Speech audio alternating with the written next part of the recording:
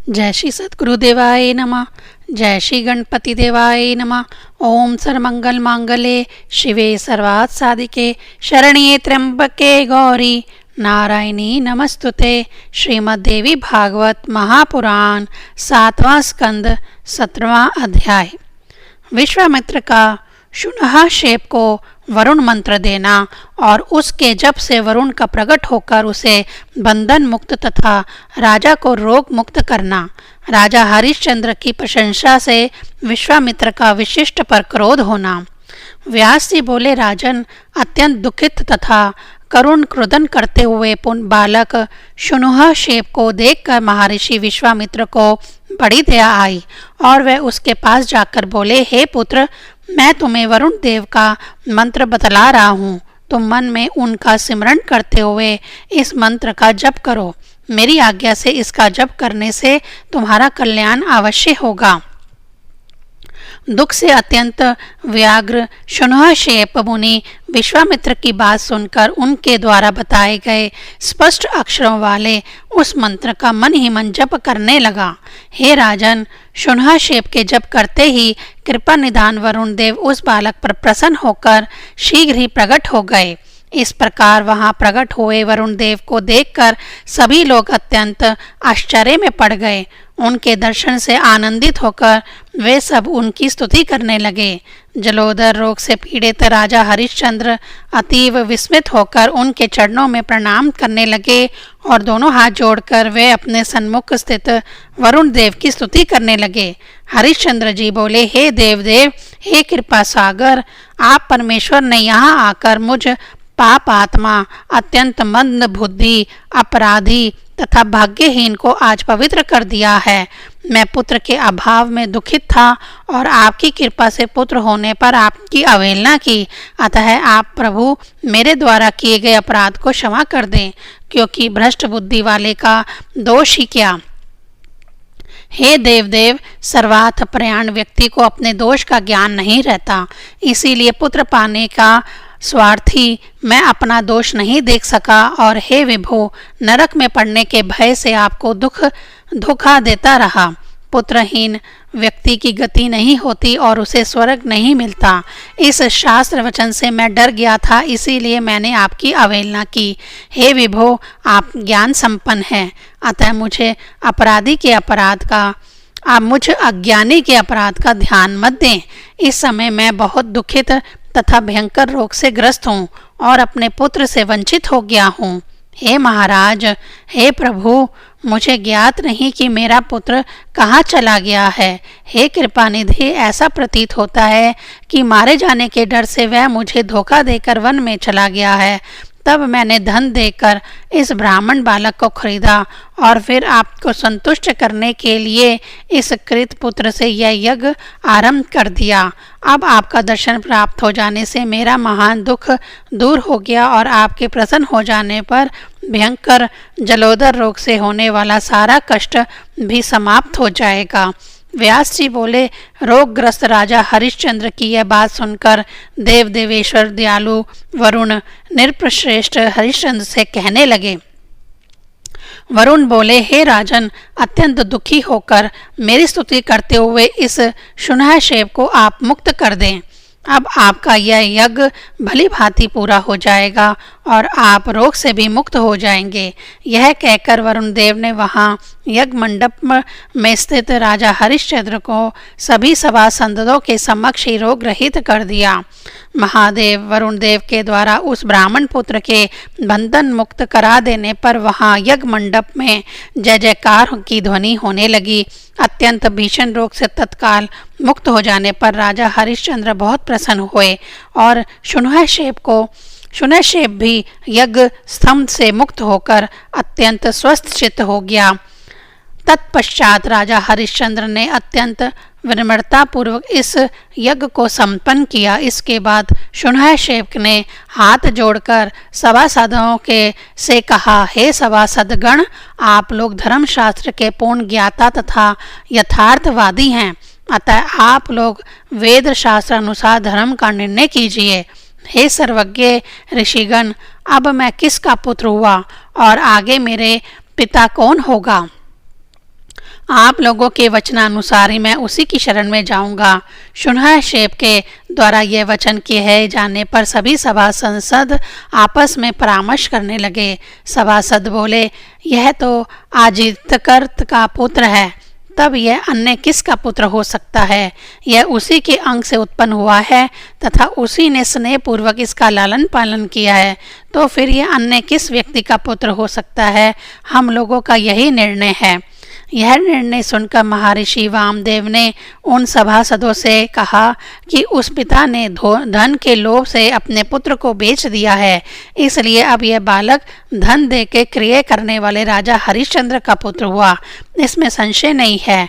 अथवा यह वरुण देव का पुत्र हुआ, क्योंकि इन्होंने ही इसे बंधन से मुक्त कराया है। अन्न प्रदान करने वाला, भय से बचाने वाला, विद्या का दान करने वाला, धन प्रदान करने वाला और जन्म देने वाला, ये 5 पिता कहे गए हैं। उस समय कुछ सभासदों ने उसे पिता आजितगर्त का पुत्र, कुछ सभासदों ने राजा हरिश्चंद्र का पुत्र और अन्य ने उसे वरुण देव का पुत्र बतलाया। इस प्रकार परस्पर बातचीत में वे किसी निर्णय में नहीं पहुँचे। इस तरह की संदेह की स्थिति उत्पन्न हो जाने पर सर्वज्ञ तथा सर्वपूजित महर्षि वशिष्ठ ने वहाँ परस्पर विवाद करते हुए सभासदों से यह बात कही, हे महाभाग, अब आप लोग मेरा वेद अनुकूल निर्णय सुनिए। जिस समय इसके पिता अजितगर्त ने स्नेह का त्याग करके इस बालक को बेच दिया था, उसी समय धन लेते ही अपने पुत्र से उसका संबंध समाप्त हो गया और यह राजा हरिश्चंद्र का कृतिक पुत्र हो गया। बाद में जब राजा ने यज्ञ के स्तंभ में इस बालक को बांध दिया, तब यह उनका भी पुत्र नहीं रहा। जब इसने वरुण देव की स्तुति की, तब उन्होंने प्रसन्न होकर इसे बंधन मुक्त करा दिया।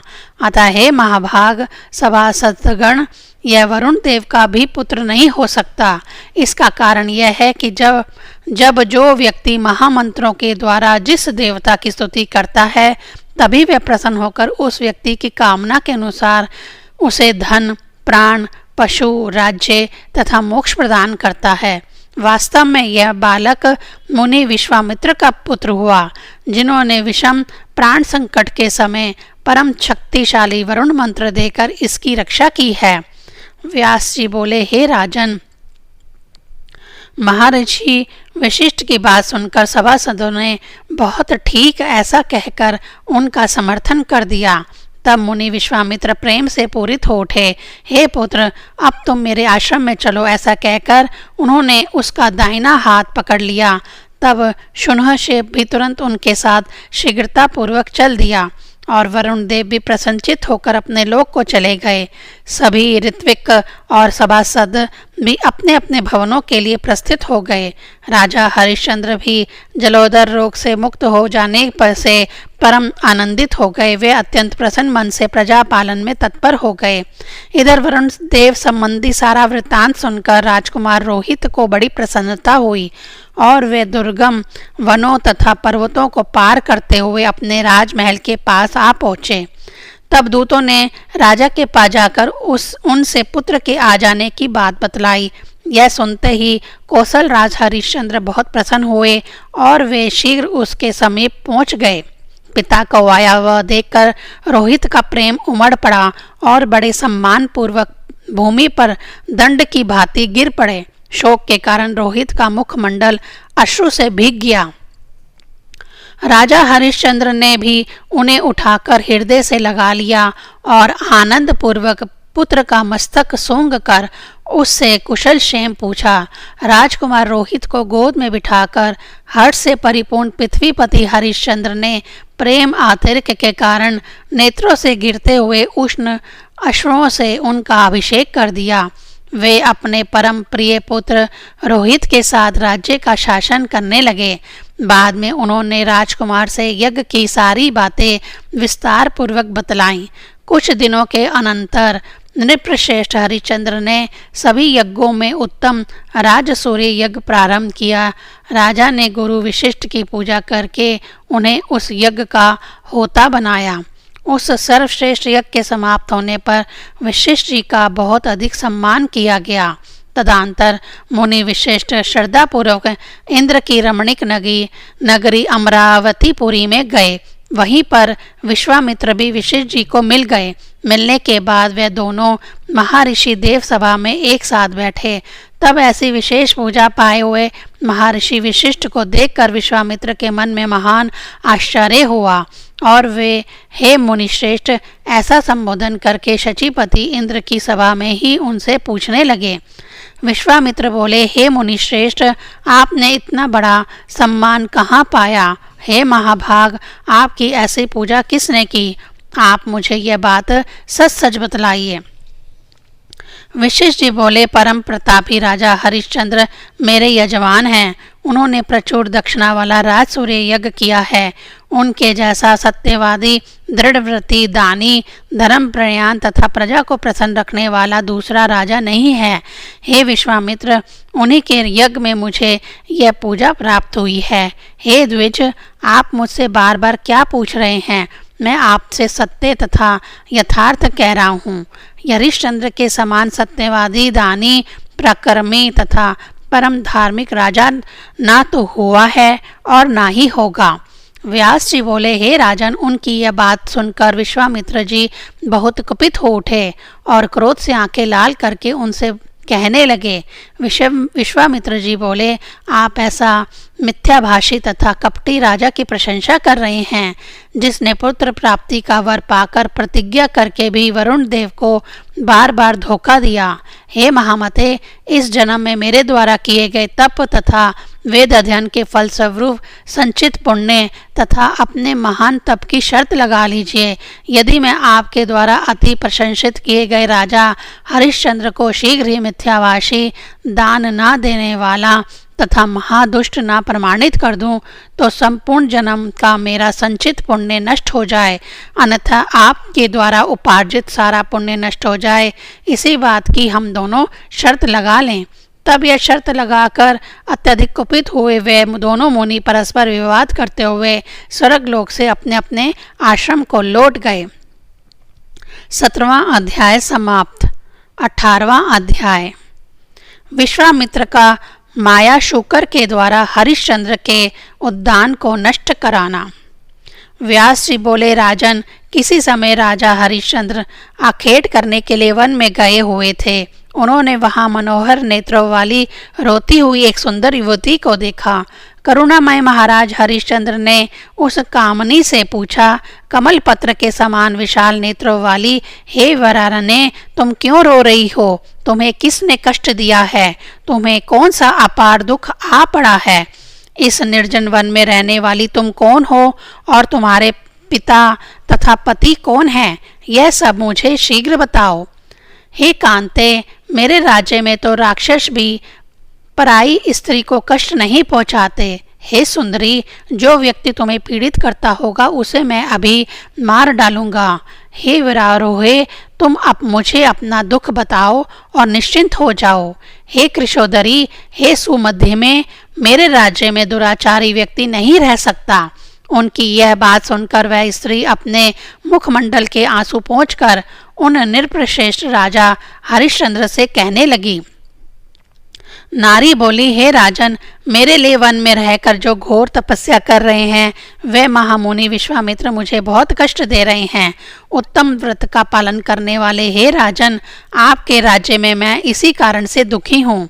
उन मुनि के द्वारा अत्यधिक सताई जाने वाली मुझ स्त्री को आप कमना नाम वाली जान लीजिए। राजा बोले, हे विशाल नैनों वाली, तुम प्रसन्नचित रहो, अब तुम्हें कष्ट नहीं होगा। तपस्या में तत्पर रहने वाले उन मुनि को मैं मना कर दूंगा।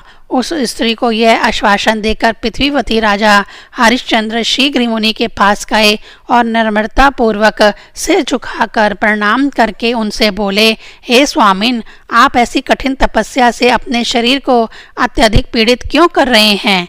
हे महामते, किस प्रयोजन से आप यह करने के लिए उद्यत हैं? सच सच बतलाइए। हे गांधी तन्ने, मैं आपकी अभिलाषा अवश्य पूर्ण करूंगा। अब इसी समय उठ जाइए और आगे तपस्या करने का विचार त्याग दीजिए। हे सर्वज्ञ, मेरे राज्य में रहकर कभी किसी को भी अत्यंत भीषण, लोक के लिए पीड़ादायक तथा उग्र तप नहीं करना चाहिए। इस प्रकार विश्वामित्र जी की तपस्या से रोककर राजा हरिश्चंद्र अपने भवन चले गए और उनके इस कृत्य से मुनि विश्वामित्र भी मनि मन कुपित होकर वहां से चल दिए। घर जाकर विश्वामित्र जी राजा हरिश्चंद्र के अनुचित कृत्य, विशिष्ट की कही हुई बात तथा तपस्या से वृत्त किए जाने के विषय में सोचने लगे। वे कोपाविष्ट मन से बदला लेने के लिए तत्पर हो गए। इस प्रकार मन में बहुत प्रकार से सोचकर उन्होंने एक भयानक शरीर वाले दानव को सूअर के रूप में बनाकर उसे राजा के यहाँ भेजा। महाकाल के समान प्रतीत होने वाला तथा विशाल शरीर वाला वह सूअर अत्यंत भयावह शब्द करता हुआ राजा हरिश्चंद्र के उपवन में पहुंच गया। रक्षकों को भयभीत करते हुए मालती की तथा कदम्बों की लता को तथा जूही समूह को बार बार रौंदते हुए और अपने दांत से जमीन को खोदते उस सूअर ने बड़े बड़े वृक्षों को जड़ से उखाड़ डाला। उसने चंपक, केतकी, मल्लिका, कनेर तथा उशीर के सुंदर तथा कोमल पौधों को बींद डाला तथा मुचकुंद, अशोक, मोलसिरी एवं तिलक आदि वृक्षों को उखाड़कर उस सूअर ने उपवन को विनष्ट कर दिया। हाथों में शस्त्र लिए हुए उस उपवन की रखवाली करने वाले सभी रक्षक वहां से भाग चले और अत्यंत भयभीत मालिनियों ने हाय हाय की ध्वनि करते हुए चिल्लाना आरंभ कर दिया। साक्षात काल के समान तेज वाला वह सूअर जब बाणों से मारे जाने पर भी त्रस्त नहीं हुआ, तब रक्षकों को पीड़ित करता रहा। तब वे अत्यंत भय आक्रांत होकर राजा हरिश्चंद्र की शरण में गए। भय से व्याकुल तथा थर थर कांपते हुए वे रक्षकगण रक्षा कीजिए ऐसा उनसे कहने लगे। तब भय से घबराए हुए उन रक्षकों को समक्ष उपस्थित देखकर राजा ने उनसे पूछा, आप लोगों को क्या भय है और किस लिए आप यहाँ सब आए हैं तथा आए हुए हैं, मुझे यह बतलाइए। हे रक्षकों, मैं देवताओं तथा राक्षसों किसी से भी नहीं डरता। तुम्हें यह भय किससे उत्पन्न हुआ है, मेरे सामने उसे बताओ। मैं उस अभागे शत्रु को एक ही बाण से अभी मार डालता हूँ जो पाप बुद्धि तथा दुष्ट इस लोक में मेरे शत्रु के रूप में उत्पन्न हुआ हो, चाहे वह देवता हो या दानव, वह चाहे कहीं भी रहता हो, कैसा भी रूप वाला हो तथा कितना भी बलवान हो, उसे मैं अपने तीक्ष्ण बाणों से मार डालूंगा। मालाकार बोले, हे राजन, वह ना देवता है, ना दैत्य है, ना यक्ष है और ना ही तो किन्नर ही है। विशाल शरीर वाला एक सूअर उपवन में आया हुआ है। उसने अपने दांत से अत्यंत कोमल पुष्पमय वृक्षों को उखाड़ कर डाला है। अत्यंत तीव्र गति वाले उस सूअर ने सारे उपवन को तहस नहस कर दिया है। हे महाराज, बाणों, पत्थरों तथा लाठियों से हम लोगों के प्रहार करने पर भी वह भयभीत नहीं हुआ और हमें मारने के लिए दौड़ पड़ा। व्यास जी बोले, उनकी यह बात सुनते ही राजा हरिश्चंद्र कुपित हो उठे और उसी क्षण घोड़े पर सवार होकर उपवन की ओर शीघ्रता पूर्वक चल पड़े। हाथी, घोड़े, रथ तथा पैदल चलने वाले सैनिकों से युक्त एक विशाल सेना के साथ वे उस श्रेष्ठ उपवन में पहुंच गए। वहां उन्होंने एक विशाल शरीर वाले भयानक सूअर को घुघराते हुए देखा। उसके द्वारा उजाड़े गए उपवन को देखकर राजा कुपित हो उठे। फिर वे धनुष पर बाण चढ़ाकर तथा धनुष को खींचकर उस दुष्ट सूअर को मारने के लिए वेगपूर्वक आगे बढ़े। हाथों में धनुष लिए हुए कोपाविष्ट राजा हरिश्चंद्र को देखकर वह सूअर अत्यंत भयानक शब्द करता हुआ तुरंत उनके सामने आ गया। उस विकृत मुख वाले सूअर को सामने आता हुआ देखकर राजा हरिश्चंद्र ने उसे मार डालने की इच्छा से उस पर बाण छोड़ा। तब उस बाण को अपने को बचाकर वह सूअर राजा को बड़े वेग से लांघ कर बलपूर्वक शीघ्रता के साथ वहां से निकल भागा। उसे भागते हुए देखकर राजा हरिश्चंद्र क्रोधित होकर धनुष खींचकर सावधानी पूर्वक उस पर तीक्ष्ण बाण छोड़ने लगे।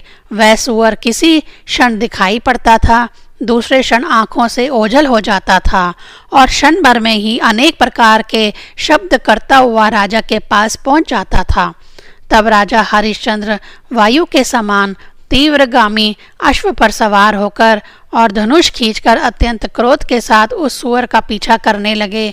तत्पश्चात उनकी सेना इधर उधर उनके साथ दौड़ती हुई दूसरे वन में चली गई और राजा उस भागते हुए सूअर को अकेला ही पीछे करता रहा। इस तरह राजा मध्याह्न काल में एक निर्जन वन में जा पहुँचे। वे अत्यधिक भूख तथा प्यास से व्याकुल हो गए तथा उनका वाहन बहुत थक गया। सूअर आंखों से ओझल हो चुका था, अतः वे चिंता से व्यग्र हो गए।